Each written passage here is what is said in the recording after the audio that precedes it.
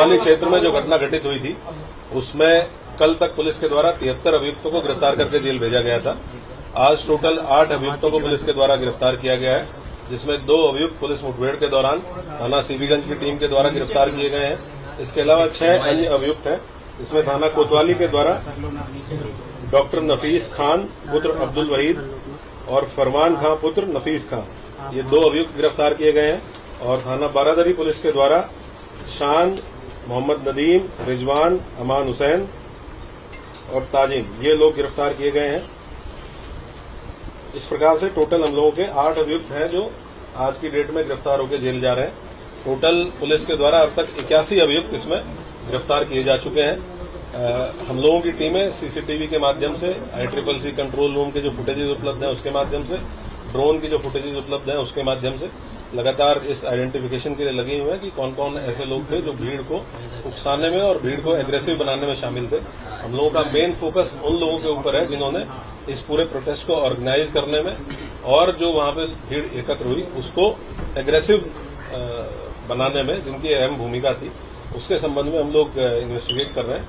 जो भी और लोग इसमें इस तरह की भूमिका में प्रकाश में आएंगे हम लोग उसके खिलाफ कार्रवाई करेंगे। सर, ये जानकारी मिली कि ये सुबह जब वीडियो अपील जारी हुई उसके बाद नमाज का समय चेंज करते हुए अक्रॉस द सिटी 1 बजे कर दिया गया था और उसके यही अपील भी अलग अलग व्हाट्सएप ग्रुप्स के माध्यम से की गई थी।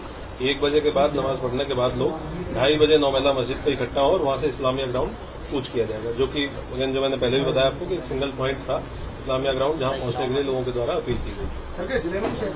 धारा 144 या धारा 163 BNSS जनपद में लागू है और उसका ये DM जिला मजिस्ट्रेट के द्वारा लागू की गई है, उसका पूर्णतः अनुपालन हम लोग सुनिश्चित करेंगे, तो उसी का अनुपालन किया जा रहा है। डॉक्टर नफीस ने सब पूछताछ में क्या बताया कि कब से प्लानिंग चल रही थी इस पूरे बवाल को करने की, कहां से लोग बुलाए गए थे? जो कोतवाली पुलिस के द्वारा गिरफ्तार किया गया है डॉक्टर नफीस और उनका पुत्र, इससे पूछताछ में ये बातें प्रकाश में आई हैं कि 19 तारीख को जब ये अपील जारी की गई लगभग 1 हफ्ता पहले, और उसके बाद लगातार संवाद स्थापित किया गया और बताया गया कि इस प्रकार का कोई भी कार्यक्रम लॉ एंड ऑर्डर के पॉइंट ऑफ व्यू से, क्योंकि त्योहारों का समय है और उसके साथ साथ पहले भी इस तरह के जब कार्यक्रम हुए हैं तो काफी समस्याएं पैदा हुई हैं, बहुत घटनाएं हुई हैं, तो इसको करना उचित नहीं रहेगा, इसलिए इसकी अनुमति नहीं दी गई।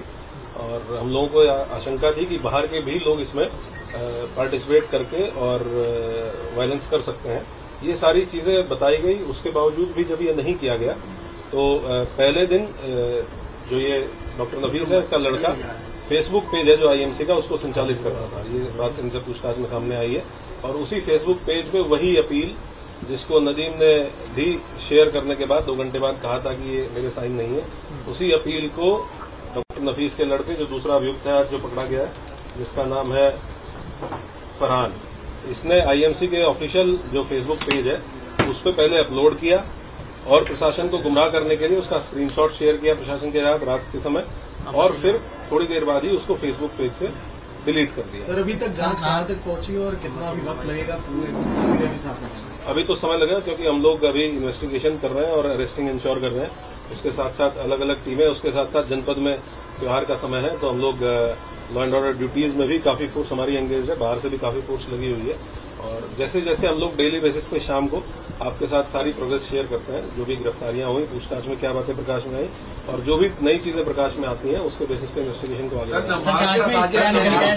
कितने लोग यहाँ पर आए थे और उन्होंने हिंसा को, ये नंबर तो आपको जब इन्वेस्टिगेशन कंप्लीट हो जाएगी तभी दे पाएंगे कितने लोग, लेकिन डेफिनेटली जो अब तक गिरफ्तार हुए अभी तक हम लोगों ने जो आज भी 2 व्यक्ति पुलिस मुठभेड़ में पकड़े गए हैं वो जनपद शाहजहांपुर के रहने वाले थे, जिसमें पूछताछ में पता चला है कि नदीम खान जो जेल गया है, जो जनपद शाहजहांपुर का रहने वाला है, उसके द्वारा इनसे संपर्क स्थापित किया गया था।